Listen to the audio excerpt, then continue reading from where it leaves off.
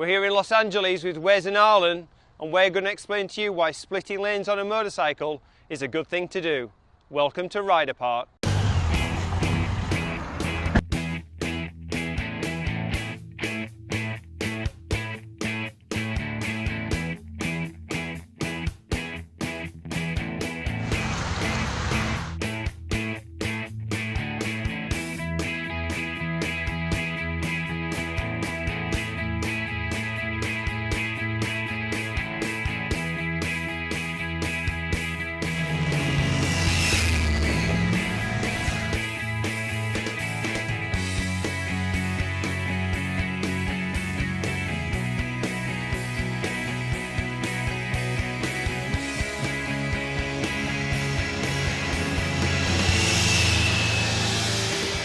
Wes, you're an experienced rider.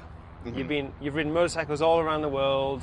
You've ridden here in America on different states where you can split lanes. Now you're in California and you couldn't while you were in New York. What's your take on it? You know, the first time I ever split lanes was on my very first riding lesson in London when I was 16. Very first time I ever ridden a bike on the road. They threw us on these little 125s. We're just like, here you go, here's traffic. This is, central London. So we just went out, straight out of the car park, straight into traffic. We did it. So I've never not split lanes.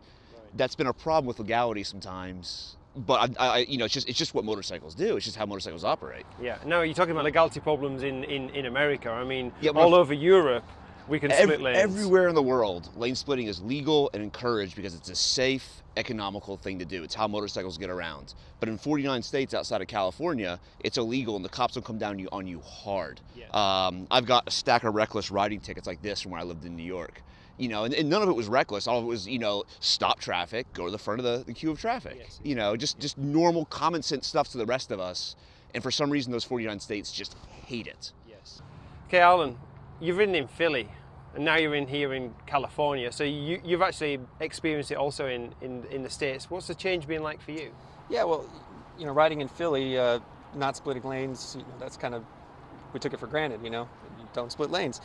As soon as I moved back to LA, I see all these motorcyclists riding through traffic, and as soon as I caught on to it and I felt comfortable doing it, I wouldn't have it any other way now. It's really, it's the only way to get around LA. Exactly. So I also started riding motorcycles in London in a busy city, and if I'd have been a part of traffic, of the car traffic, I wouldn't have gone anywhere. Pedestrians, cyclists and motorcyclists were just going through cars, stationary cars all of the time. Yeah. It was a shock to the system for me. It looked dangerous, but like you say, once you had a go and you experienced it for yourself, it wasn't as daunting. It looks quite, like you're doing something wrong. It looks quite aggressive. It looks like motorcyclists are trying to break the law, but actually there's a lot of room out there, and we're just picking our way through. If you're sitting low in a car, sort of shelter from the environment around you, a bike comes by, 15 or 20 mile an hour faster, it looks like warp speed, and it looks like this incredibly irresponsible, dangerous thing to do. And it couldn't be any different, any more different. It's safer, it's more responsible. On a motorcycle, we don't have crumple zones. We don't have, this built-in safety, so we have to take charge of that ourselves. And part of that is splitting lanes, putting us in charge, allowing us to control our interaction with cars, allowing us to control our environment. And it's that control that gives us safety when we don't have the whole cage around us. Yeah. The width of our vehicle is as wide as our shoulders. That is the widest point, right? And so what's that, like 2 feet, 3 feet? So long as we've got a good 4 feet or 5 feet wide, which is what the gap is between most lanes, it's more than enough and it's just fine, just plenty safe. And then what we also do is we sit up so high on bikes, and our vision is so unobstructed that it's very easy to spot when a car is going to change lanes. So it's not out of control, it's not reckless, it's not dangerous, it's natural, and you're in control, and it's a very safe thing to do. Yeah. At the end of the day, we're in control. Mm-hmm. If an accident happens because of a irresponsible car driver, we have to take some responsibility for that. Yes. Because we're on a motorcycle. I don't expect, we have to be there's some things that are out of our control, of course, but we have to be ready. When I get on a motorcycle, I'm taking my life into my own hands. Yes. That is a decision that I'm taking by riding a motorcycle, not operating a nice, big, safe SUV, right? Yeah. So even if somebody's, some cute girl is sexting her boyfriend and runs into me, I have to accept that's my fault because it's my life on the line, not hers. So it's my job to make sure it doesn't happen, not hers. Yeah. She could be a bad driver all she wants. It's my job not to let her run into me. Yeah. I have to spot that ahead of time, take a proper maneuvers to avoid it, and just not let it be an issue for me. And you've also, as a motorcycle rider, I found as well, which is sometimes quite hard, but you have to let things go. Yeah, you can't get angry. If you get angry because something happens, unfortunately, your concentration is totally taken away, and you'll end up in an accident further down the road because you're still reliving the one that you've just had behind. So it's, we have all of these challenges, and that's part of the fun and enjoyment of riding a motorcycle. Okay, so let's get on the road. Let's go and show some lane splitting, and let's show it sensibly, show it how it's done, and have some fun on motorbikes. How about that? No crashing, Jamie. Wes, you're the one with injuries, man. No crashing? What's he talking about? He is Mr. Crasher. Go.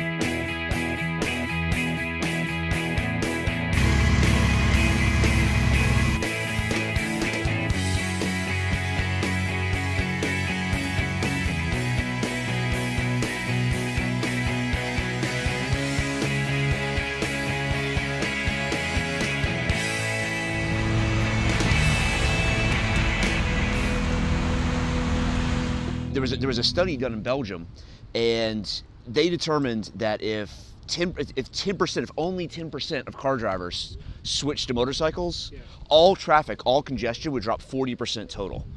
So you can imagine we're riding here today in LA. If just 10%, because this is a motorcycle city, but here not even 10% ride.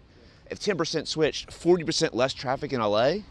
Amazing. It'd be night and day, But like going back to 1970. And it's really not dangerous. It's actually safer than sitting in traffic. The big motorcycle safety Bible, the biggest study ever done on motorcycle safety was the 1981 Hurt Report.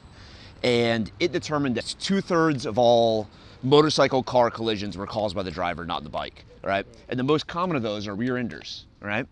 The one thing we don't have the ability to escape on a motorcycle is a rear ender. If we're set still, and a car comes up behind us. It's a very bad situation for motorcycles. We can't see it coming, and it'll probably kill you because that's a big, 2-ton vehicle coming up and hitting you with you got a bit of leather on.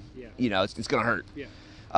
And lane splitting completely removes rear enders from the equation. Absolutely. It puts you in charge, and on motorcycles, your safety is up to you, and it's your skill and your awareness and how careful you are that equals your safety, and lane splitting allows us to build that safety back into our riding. Yeah, absolutely. You see, like the road also opens up as you lane split. Opportunities open up, and it's not that I'm searching for them, but they just naturally happen. It's like you have your own lane. Yeah, exactly. The motorcyclist has his own lane. He's out of the car's way. The cars are out of his way.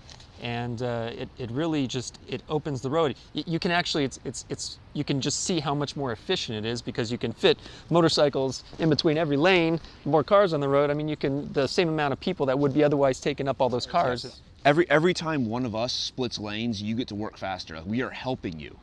This is a good thing. Don't hate us. The U.S. Department of Transportation did a study. They looked at motorcycle accidents in California and then compared them to Texas and Florida, which same year-round riding, same demographics ride, right?